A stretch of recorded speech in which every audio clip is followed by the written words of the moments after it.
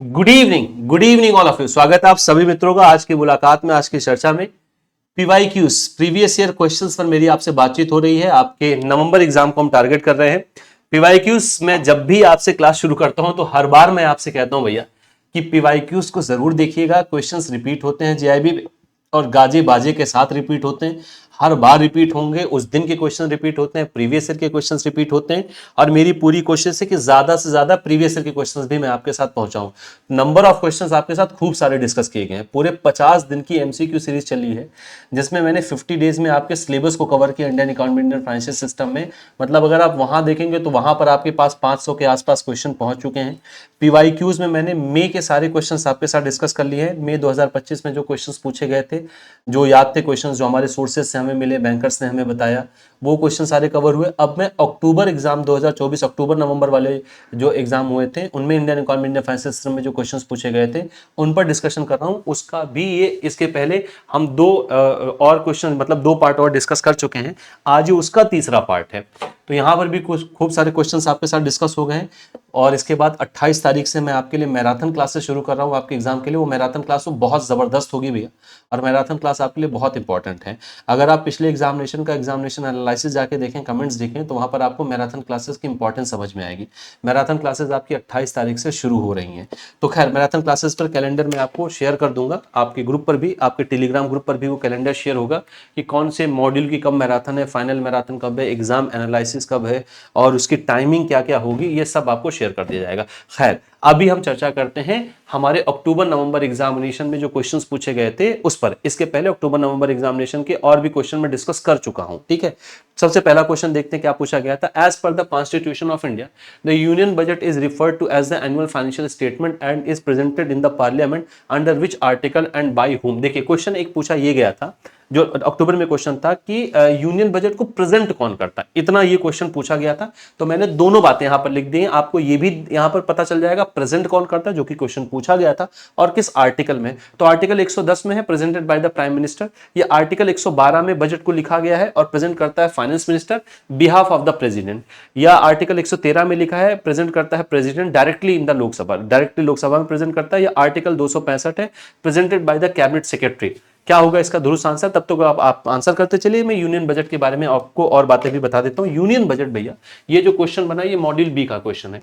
Module B का जो last topic है Indian economy, Indian financial system में, यूनियन आपका यूनियन बजट ही है। तो यूनियन बजट को प्रेजेंट करता है। देखिए, यूनियन बजट सबसे पहले जाता है भारत के राष्ट्रपति के पास, राष्ट्रपति से अनुमति लेके वो सबसे पहले लोकसभा में प्रस्तुत किया जाता है। तो अगर सदन आपसे पूछा जाएगा, हाउसेस पूछे जाएंगे, तो लोअर हाउस में सबसे पहले बजट प्रेजेंट होता है, उसके बाद ये जाता है राज्यसभा यानी अपर हाउस में। इसको प्रेजेंट करता है भारत का फाइनेंस मिनिस्टर राष्ट्रपति के बिहाफ पर, या राष्ट्रपति ही प्रस्तुत करवाता है फाइनेंस मिनिस्टर। अगर फाइनेंस मिनिस्टर नहीं है तो कोई एक्टिंग फाइनेंस मिनिस्टर उसकी जगह प्रेजेंट कर सकता है, वो नहीं है तो प्राइम मिनिस्टर के पास भी ये अधिकार है कि वो बजट को प्रस्तुत कर सकते हैं। तो यहां पर जो दुरुस्त आंसर बनेगा भैया वो बनेगा बी आंसर, आर्टिकल 112 में बजट की बात की गई। लेकिन आर्टिकल 112 में या संविधान में कहीं पर भी बजट शब्द का इस्तेमाल नहीं हुआ है। बजट की जगह पे जिस शब्द का इस्तेमाल किया गया है वो है एनुअल फाइनेंशियल स्टेटमेंट, जिसको हम बोलचाल की भाषा में बजट बोलते हैं। क्वेश्चन नंबर 2 पर आते हैं, which of the following is not an element used in a competition of MCLR as per RBI guidelines. MCLR पर दो क्वेश्चंस पूछे गए थे आपके अक्टूबर एग्जामिनेशन में।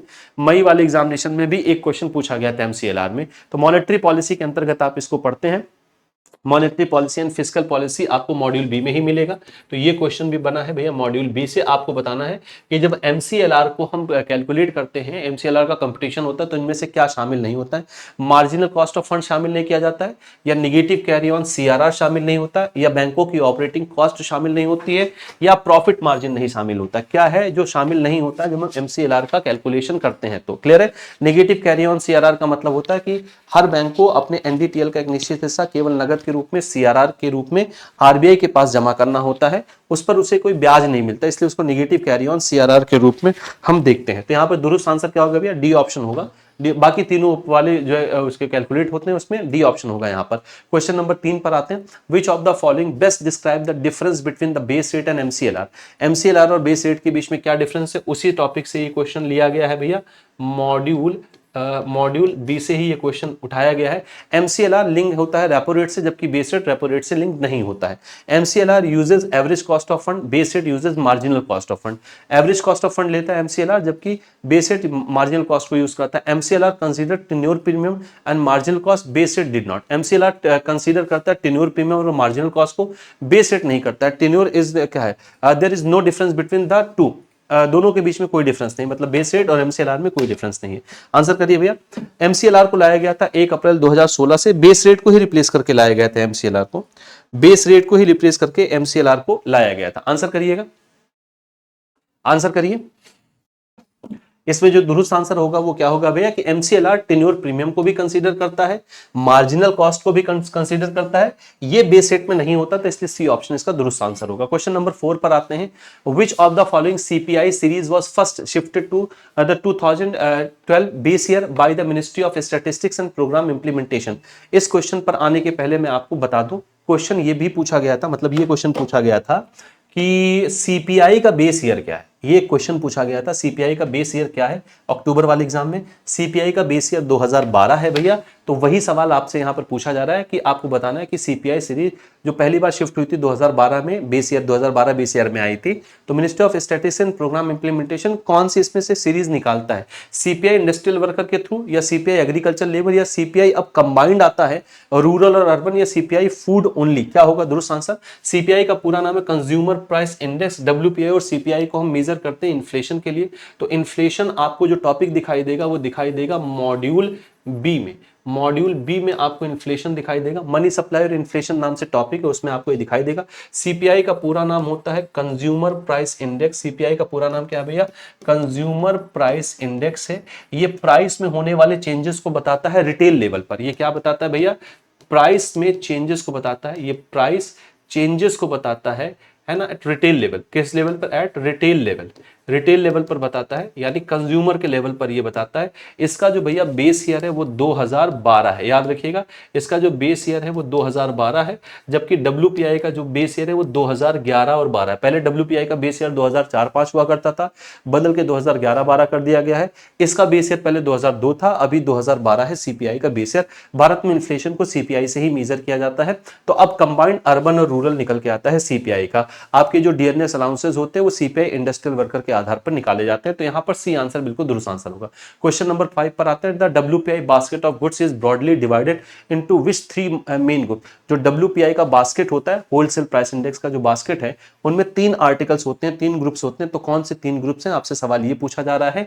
डब्ल्यूपीआई का भी आपसे, चूंकि पिछले साल सीपीआई का बेस ईयर पूछा गया था, तो डब्ल्यूपीआई यानी होलसेल प्राइस इंडेक्स का बेस ईयर आपसे पूछा जा सकता है।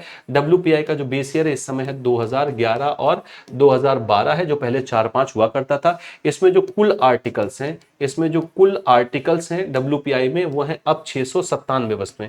जब 2004-05 था तो 676 676 थी, लेकिन अभी जो टोटल आर्टिकल्स हैं वो 697 है। क्लियर? 697 वस्तुएं। कौन कौन से आर्टिकल्स होते हैं? प्राइमरी आर्टिकल्स होता है, फ्यूल एंड पावर होता है, मैन्युफैक्चर प्रोडक्ट होता है, या फूड क्लॉथिंग और हाउसिंग होता है, या सर्विस एनर्जी और एग्रीकल्चर होता है, या food industrial raw material export होता है। 3 कैटेगरी में इसको डिवाइड किया जाता है। तीनों कैटेगरी कौन सी? इसमें जो दुरुस्त आंसर होगा उसको याद कर लीजिए भैया, ए होगा आपके लिए। इसमें जो सबसे ज्यादा वेटेज होता है वो मैन्युफैक्चर गुड्स का होता है, सबसे कम जो वेटेज होता है फ्यूल एंड पावर का होता है। ठीक है, क्वेश्चन नंबर 6 पर आते हैं। क्वेश्चन नंबर 6 कह रहा है कि विच of the following is the regulatory authority of credit rating agency. Exactly same इन्हीं शब्दों के साथ ये सवाल पूछा गया था कि भारत के अंदर जो क्रेडिट रेटिंग एजेंसीज होती हैं उनको कौन रेगुलेट करता है। तो रिजर्व बैंक ऑफ इंडिया उसको रेगुलेट करता है, या सेबी रेगुलेट करेगा, या मिनिस्ट्री ऑफ फाइनेंस, या आईआरडीए रेगुलेट करता है। कौन रेगुलेट करता है भारत के अंदर? Rating agency. रेटिंग एजेंसी से हर साल सवाल पूछा जाता है। जब आप मई वाला प्रीवियस ईयर का पेपर देखेंगे तो उसमें भी रेटिंग एजेंसी से क्वेश्चन पूछा गया था, और सवाल ये पूछा गया था मई 2025 में कि इनमें से कौन सी रेटिंग एजेंसी एक रेटिंग एजेंसी नहीं है। इनमें से कौन सी रेटिंग एजेंसी नहीं है, यह सवाल पूछा गया था 2025 में, और अक्टूबर में पूछा गया सीआरए से। सीआरए को कौन रेगुलेट करता है? क्रेडिट रेटिंग एजेंसी इसको भारत में रेगुलेट करती है security and exchange board of India, यानी सेबी। बी आंसर होगा। क्वेश्चन नंबर 7 पर आते हैं। Which of the following is the maximum number of maximum number of members allowed in typical self help group as per NABARD guidelines. ये सवाल अक्टूबर में पूछा गया, सिंपल सा सवाल पूछा गया था, सेल्फ हेल्प ग्रुप में कितने मेंबर्स होते हैं। ये जो आपका क्वेश्चन बना है भैया, ये बना है आपका मॉड्यूल सी से, ये क्वेश्चन बना है मॉड्यूल सी से, और पिछला वाला जो क्वेश्चन बना था ये बना था मॉड्यूल डी से, credit rating agency module D में है। हाँ, कितने मेंबर्स होते हैं भैया सेल्फ हेल्प ग्रुप में? सेल्फ हेल्प ग्रुप में जो कुल सदस्यों की संख्या होती है वो होती है 10 से 20, और 5 से 10 सदस्य होते हैं जेएलजी में। तो अगर जेएलजी पूछा जाएगा, ज्वाइंट लायबिलिटी ग्रुप, सेम ही टॉपिक में है। जिस टॉपिक से ये क्वेश्चन बना है वो है माइक्रो फाइनेंस इंस्टीट्यूशंस, क्लियर है? एमएफआई एनबीएफसी, इन सब पर क्वेश्चन हर साल बनते हैं। एमएफआई से पूछा गया है, सेल्फ हेल्प ग्रुप 10 से 20 सदस्य होते हैं और 5 से 10 सदस्य होते हैं ज्वाइंट लायबिलिटी ग्रुप में। तो सेल्फ हेल्प ग्रुप का पूछ लिया गया है, हो सकता है इस बार आपसे ज्वाइंट लायबिलिटी ग्रुप का पूछ लिया जाए। सेल्फ हेल्प ग्रुप में बिलो पॉवर्टी लाइन के ही सारे मेंबर्स होते हैं, लेकिन स्पेशल केसेस में अब पॉवर्टी लाइन के मेंबर्स भी सेल्फ हेल्प ग्रुप में हो सकते हैं। अब पॉवर्टी लाइन के सदस्यों की संख्या किसी भी कंडीशन में 30% से ज्यादा नहीं होनी चाहिए। अगर कोई स्पेशल कंडीशन बनती है तो भी 30% से ज्यादा नहीं होनी चाहिए। ठीक है जी। क्वेश्चन नंबर 8 पर आते हैं। The Udyami Mitra portal, same question पूछा गया है भैया, अक्टूबर वाला पेपर आप उठा के देखिए। The Udyami Mitra portal was launched by which organisation to support MSME in India? Udyami Mitra portal MSME के लिए होता है। किसने इसको लॉन्च किया था भारत के अंदर? RBI, ministry of finance, SIDBI या नाबार्ड? उद्यमी मित्र पोर्टल, उद्यमी मित्र पोर्टल एमएसएमईज के लिए होता है। उद्यमी मित्र पोर्टल पर अब तो मैंडेटरी कर दिया गया है, सभी एमएसएमईज को रजिस्टर्ड होना जरूरी। एक वेबसाइट है एमएसएमईज के लिए डिजाइन किया गया है, वहां पर आप सभी को रजिस्टर्ड होना जरूरी है। जैसे हम लोगों को एक आधार नंबर मिलता है, लगभग वैसा ही एमएसएमईज के लिए यहां से एक आधार नंबर जैसी चीज मिल जाती है, जिनके माध्यम से एमएसएमई, अच्छा यहाँ पर फाइनेंसर्स भी लिस्टेड होते हैं, फाइनेंसर्स भी यहाँ पर होते हैं, बाकी एमएसएमईज भी हैं। तो आप अपने फंड की रिक्वायरमेंट यहाँ पर रख सकते हैं। आप ये देख सकते हैं कौन कौन सी स्कीम आपके लिए चल रही है, कितना फंड किस पर्टिकुलर स्कीम के लिए आपके लिए मिल सकता है, ये सब आपको उद्यमी मित्र पोर्टल पर मिलेगा। उद्यमी मित्र पोर्टल जो है इसको क्या नाम है, इसको सपोर्ट करता है या इसको डिजाइन और लॉन्च किया था किसने? सिडबी ने। तो यहाँ पर सी आंसर आपका बिल्कुल दुरुस्त आंसर बनेगा, सिडबी बिल्कुल दुरुस्त आंसर है। ये आपका जो क्वेश्चन बनाया गया है, ये क्वेश्चन बना है भैया आपका मॉड्यूल ए से। ये क्वेश्चन कहां से बना है? मॉड्यूल ए से क्वेश्चन बना है। Role of priority sector and MSME नाम का एक टॉपिक है मॉड्यूल ए में, वहां से क्वेश्चन बनाया गया है। क्वेश्चन नंबर 9 पर आते हैं। Under the companies act 2013 a company is required to spend on CRR if it meets any one of the following criteria in the preceding financial year। ये क्वेश्चन अक्टूबर में पूछा गया क्वेश्चन है भैया CSR पर, कॉर्पोरेट सोशल रिस्पॉन्सिबिलिटी, जो आपको Indian companies act 2013 के सेक्शन 135 में दिखाई भी देता है, उससे ये सवाल बना हुआ है। हर साल CSR से, ESG से एक ना एक सवाल बनता है। तो आपको बताना है कंपनीज एक्ट 2013 के अंतर्गत इनमें से कौन सा क्राइटेरिया, इनमें से कोई भी क्राइटेरिया अगर कंपनी जो है, इनमें से कौन सा एक क्राइटेरिया है जिसको कंपनी अगर फुलफिल करती है तो उसे CSR में स्पेंड करना पड़ता है, मतलब उसे CSR में खर्चा करना होगा। अगर उसकी नेटवर्थ 500 करोड़ या उससे ज्यादा है, या एनुअल टर्नओवर 1000 करोड़ या उससे ज्यादा है, या नेट प्रॉफिट उसकी 5 करोड़ या उससे ज्यादा है, ऑल ऑफ द अबव, इनमें से कोई भी कंसीडर किया जाएगा। क्लियर है? अच्छा, देना अपने प्रॉफिट का होता है, कंसीडर तो आप कोई भी कर सकते हो, लेकिन CSR में, कॉर्पोरेट सोशल रिस्पॉन्सिबिलिटी में, कंपनी का जो कॉन्ट्रीब्यूशन होता है वो उसके प्रॉफिट का होता है। प्रॉफिट मिनिमम 5 करोड़ अगर है, प्रॉफिट एंड लॉस अकाउंट में प्रॉफिट अगर 5 करोड़ रुपए है, तो उसको कम से कम 2% देना पड़ता है। 2% of net profit, 2% of net profit ये मिनिमम है। आप चाहें तो पूरा दे दे प्रॉफिट, कोई दिक्कत वाली बात नहीं, लेकिन कम से कम 2% देना होता है। तो तीन यहाँ पर डी ऑप्शन बनेगा, तीनों को कंसीडर किया जाता है। क्वेश्चन नंबर 10 पर आते हैं। As per the FRBM act 2003, FRBM आपको कहां पर मिलेगा? यूनियन बजट वाले आपको टॉपिक में मिलेगा, और यूनियन बजट मॉड्यूल बी का लास्ट टॉपिक है। मॉड्यूल बी का ये लास्ट टॉपिक है। FRBM अधिनियम, इसका पूरा नाम है fiscal responsibility and budget management act, इसको बोला जाता है, 2003 में लाया गया था। The central government is required to lay before parliament the primary objective of the FRBM act 2003।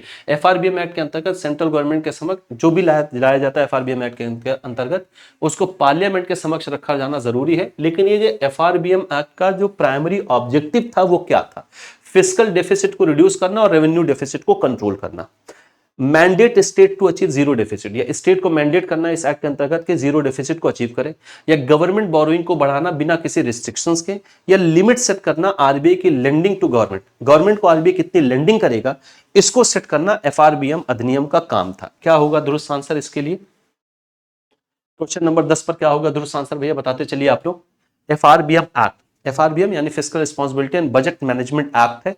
Clear है? सरकार जो पब्लिक का पैसा ले रही है, यानी जो पब्लिक फंड है, इसको सही तरीके से इस्तेमाल कैसे किया जाएगा, एफआरबीएम अधिनियम इस पर बात करता है। बजट को कैसे प्रॉपर यूज किया जाएगा, एफआरबीएम अधिनियम इस पर बात करता है। फिस्कल डेफिसिट को फेज्ड मैनर में कम करने की बात करता है, रेवेन्यू डेफिसिट को भी फेज्ड मैनर में कम करने की बात करता है एफआरबीएम अधिनियम। एफआरबीएम अधिनियम के लिए जो कमेटी आगे चल के बनी थी वो नरसिंहन साहब की कमेटी थी। ए ऑप्शन यहां पर बिल्कुल दुरुस्त आंसर बनेगा क्वेश्चन नंबर 10 के लिए। क्वेश्चन नंबर 11 पर आने के पहले मैं आपको फिर से ये याद दिला देता हूं भैया, क्योंकि देखिए अभी आपके पास बीआरबीएल के लिए सफिशिएंट समय, बाकी पेपर्स के लिए भी आपके पास इतना समय है कि आप एमसीक्यू को ठीक से तैयार कर सकते हैं। इस दिवाली में आपके लिए एक ऑफर लॉन्च किया गया था, हमारे सीआईबी के सारे ही महापैक्स पर आपको 60% तक का ऑफ दिया जा रहा था, जिसकी लास्ट डेट है 27 अक्टूबर। तो 27 अक्टूबर तक आपको हमारे महापैक्स पर, हमारे लाइव बैचेस पर, इन सब पर 60% तक का डिस्काउंट दिया जा रहा है। अब इन डिस्काउंट की अगर हम बात करें तो 17 से शुरू 27 तक जा रहा है। जो अभी बिल्कुल न्यू बैच आपके लिए शुरू किया गया है जेएआई, उसके सीआईबी के लिए वो आपका है जेआईबी सीआईबी के लिए, सीआईबी के लिए भी क्रैश कोर्स है, जेआईबी के लिए भी क्रैश कोर्स है। जेआईबी क्रैश कोर्स जो है आपके लिए पूरा एक थ्योरी बैच है, जिसमें हम आपके चारों जो पेपर्स हैं, Indian economy, Indian financial system, PPB, AFM और आरबीडब्ल्यूएन, इन सब की थ्योरी को कंप्लीट करें। तो अगर आपकी थ्योरी तैयार नहीं है, आप चाहते हैं कि आपकी थ्योरी तैयार हो, तो आपको जेआईबी के लिए, खैर अब तो बहुत ज्यादा समय आपके पेपर के लिए बचा नहीं, Indian economy, Indian financial system ये आपका पहला पेपर है। आप में से जो टारगेट कर रहे हैं आगे के एग्जामिनेशंस के लिए, उनके लिए भी बैच बहुत इंपॉर्टेंट है। तो इस पर भी आपको 60% तक का डिस्काउंट दिया जा रहा है जेआईबी के क्रैश कोर्स पर। जेआईबी के सारे ही महापैक, सारे लाइव बैचेस पर क्रैश कोर्स दिया जा रहा है। शायद मैंने गलती से इसको सीआईबी पढ़ लिया था जल्दबाजी में, जेआईबी की हम चर्चा कर रहे थे। तो ठीक है भैया, अब अगला अक्टूबर में जो क्वेश्चन पूछा गया था वो क्या था इंडियन इकोनॉमी के पेपर में, वो था एफआरबीएम एक्ट में, FRBM act initially mandate the central government to reduce fiscal deficit to which of the following target. FRBM अधिनियम के अंतर्गत जैसे मैंने आपको बताया एक टारगेट था कि भारत का फिस्कल डेफिसिट कंट्रोल करना है। अच्छा, फिस्कल डेफिसिट क्या होता है ये भी अक्टूबर में पूछा गया है। प्राइमरी डेफिसिट क्या होता है ये भी अक्टूबर में पूछा गया है। और इसके पिछले वाली क्लासेस में अगर आपने देखा होगा तो मैंने फिस्कल डेफिसिट, प्राइमरी डेफिसिट दोनों का फॉर्मूला आपको बताया था, दोनों को ठीक से समझाया था आपको। डेफिसिट को याद करके जाइएगा, डेफिसिट भी आपके इसी चैप्टर में यूनियन बजट में है, मॉड्यूल बी में ही। तो एफआरबीएम अधिनियम के अंतर्गत फिस्कल डेफिसिट को कम करना है और रेवेन्यू डेफिसिट को भी कम करना है। तो कितना टारगेट था, जो आपका फिस्कल डेफिसिट है उसे 3% तक कम कर देना है, जीडीपी के 3% तक कम कर देना है 2008-9 तक, या 4% कम करना है 2007-8 तक, या 3% कम करना है 2007-8 तक, या 2% कम करना है 2009-10 तक। फिस्कल डेफिसिट को जीडीपी का कितना परसेंट कम कर देना है, क्लियर है। धीरे धीरे फेज्ड मैनर में कम किया जाएगा, कितना होना चाहिए, किस ईयर तक ये लक्ष्य रखा गया था। बाद में जब 2008-9 के बाद जो है, जब सब प्राइम क्राइसिस यूएसए के अंदर आती है, तो फिर इसके बाद जो क्या नाम है, एनके सिंह साहब की जो कमेटी बनती है, इस पर एनके सिंह साहब की जो कमेटी बनती है, उन्होंने डिविएशन का भी एक क्लॉज रखा था कि आप डिविएट हो सकते हैं अगर ऐसे कोई स्थिति आती है तो। एनके सिंह कमेटी इससे संबंधित है। कमेटी भी पूछी जाती है भैया, जैसे पिछले एग्जामिनेशन में, अक्टूबर वाले एग्जामिनेशन में एसी शाह कमेटी पूछी गई थी, जो अर्बन कोऑपरेटिव बैंकों के स्ट्रक्चर गवर्नेंस के लिए बना था। इसके अलावा पूछा गया था मल्होत्रा कमेटी, इंश्योरेंस सेक्टर के लिए कौन सी कमेटी, ये भी पूछा गया था। मल्होत्रा कमेटी के बारे में सवाल पूछा गया था, नरसिम्हम कमेटी के बारे में सवाल पूछा गया था। ठीक है, इसके लिए NK Singh committee, NK Singh committee है। तो ए ऑप्शन यहां पर सही होगा, A option is the right option. Question number 12 पर आते हैं। The monetary policy committee MPC of India consist of how many members. तो आरबीआई की जो मॉनेटरी पॉलिसी कमेटी होती है उसमें कितने मेंबर होते हैं, एग्जैक्टली इसी लाइन के साथ यही सवाल अक्टूबर में पूछा गया है। 5 मेंबर होंगे, 6 मेंबर होंगे, 7 मेंबर होंगे या 9 मेंबर होंगे, क्या होगा दुरुस्त आंसर। तब तक आप इस पर आंसर करें, मैं एमपीसी पर बाकी बातें आपको बताता चलता हूं। भारत में एमपीसी ही रिस्पॉन्सिबल है आपकी मॉनेटरी पॉलिसी को डिजाइन करने के लिए, प्रेजेंट करने के लिए। एमपीसी को डिफाइन किया गया है सेक्शन 45ZB के अंतर्गत, और ये सेक्शन 45ZB किसका है, of RBI act, reserve bank of India act के अंतर्गत इसको डिफाइन किया गया है। एमपीसी ने पहली मॉनेटरी पॉलिसी प्रेजेंट की है अक्टूबर 2016 की, यानी 2016 से ही काम करना शुरू किया है। एमपीसी में कुल 6 मेंबर्स होते हैं। एमपीसी में कुल कितने मेंबर होंगे, 6 मेंबर्स होते हैं। 3 होते हैं 3 मेंबर्स फ्रॉम आरबीआई, 3 आरबीआई की तरफ से होते हैं। कौन कौन 3 होंगे, एक होता है आरबीआई का गवर्नर, जो इसका चेयरपर्सन भी होता है। आरबीआई का गवर्नर ही एमपीसी का चेयरपर्सन होता है। एक होता है डिप्टी गवर्नर, जो एमपीसी के अंदर इंचार्ज डिप्टी गवर्नर है, वो यहाँ पर मेंबर होता है। और एक मेंबर एग्जीक्यूटिव डायरेक्टर लेवल का होता है, आरबीआई से ही आता है। और 3 होते हैं गवर्नमेंट ऑफ इंडिया से, 3 फ्रॉम यूनियन गवर्नमेंट या गवर्नमेंट ऑफ इंडिया की तरफ से आते हैं। तो टोटल 6 मेंबर यहाँ पर होते हैं। 6 is the correct answer. Chairperson RBI का गवर्नर ही होता है। क्वेश्चन नंबर 13 पर आते हैं, which of the following is distinctive characteristics of venture capital compare to transactional bank financing. Venture capital का फंक्शन और कैरेक्टरिस्टिक्स दोनों पूछे गए थे। वेंचर कैपिटल का कैरेक्टरिस्टिक्स पूछा गया था, फंक्शन नहीं, कैरेक्टरिस्टिक्स पूछा गया था। तो क्या है भैया वेंचर कैपिटल का कैरेक्टरिस्टिक्स, है ना, focus on low risk fully collateralised loan. ये फोकस करते हैं ऐसी जगह पर जहां पर रिस्क कम हो, वहां इन्वेस्टमेंट करते हैं और कोलेटरलाइज्ड लोन देते हैं, मतलब आप कुछ गिरवी रखिए उसके बदले में आपको लोन देंगे। या ये इक्विटी बेस्ड पार्टिसिपेशन करते हैं, ज्यादातर मामलों में ये उस कंपनी जिसमें इन्वेस्टमेंट करते हैं उसकी इक्विटी लेते हैं। हाई रिस्क होता है लेकिन हाई रिटर्न की पॉसिबिलिटी भी होती है, तो हाई रिस्क पोटेंशियल होता है उन ऑर्गेनाइजेशंस में लेकिन रिस्क भी हाई होता है। ये इनका लक्षण है। इक्विटी बेस्ड फाइनेंसिंग प्रोवाइड करते हैं। या fix interest payment depend on project performance, या फिक्स इंटरेस्ट पेमेंट पर ये लोन देते हैं लेकिन ये डिपेंड करता है प्रोजेक्ट के परफॉर्मेंस पर। या lending only to well established enterprises, या खाली वेल एस्टैब्लिश्ड इंटरप्राइजेस को ये लोन देते हैं।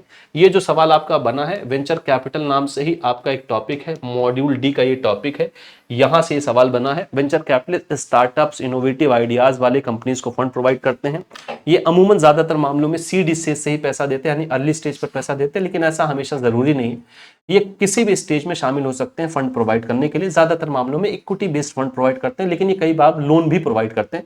ज्यादातर मामलों में इक्विटी बेस्ड देते हैं, क्योंकि ये नई कंपनीज को देते हैं जो इनोवेटिव आइडियाज लेके आ रहे हैं, स्टार्टअप्स से उनको पैसा देते हैं, तो रिस्क भी हाई होता है लेकिन ग्रोथ की पोटेंशियल भी ज्यादा देखने को मिलती है।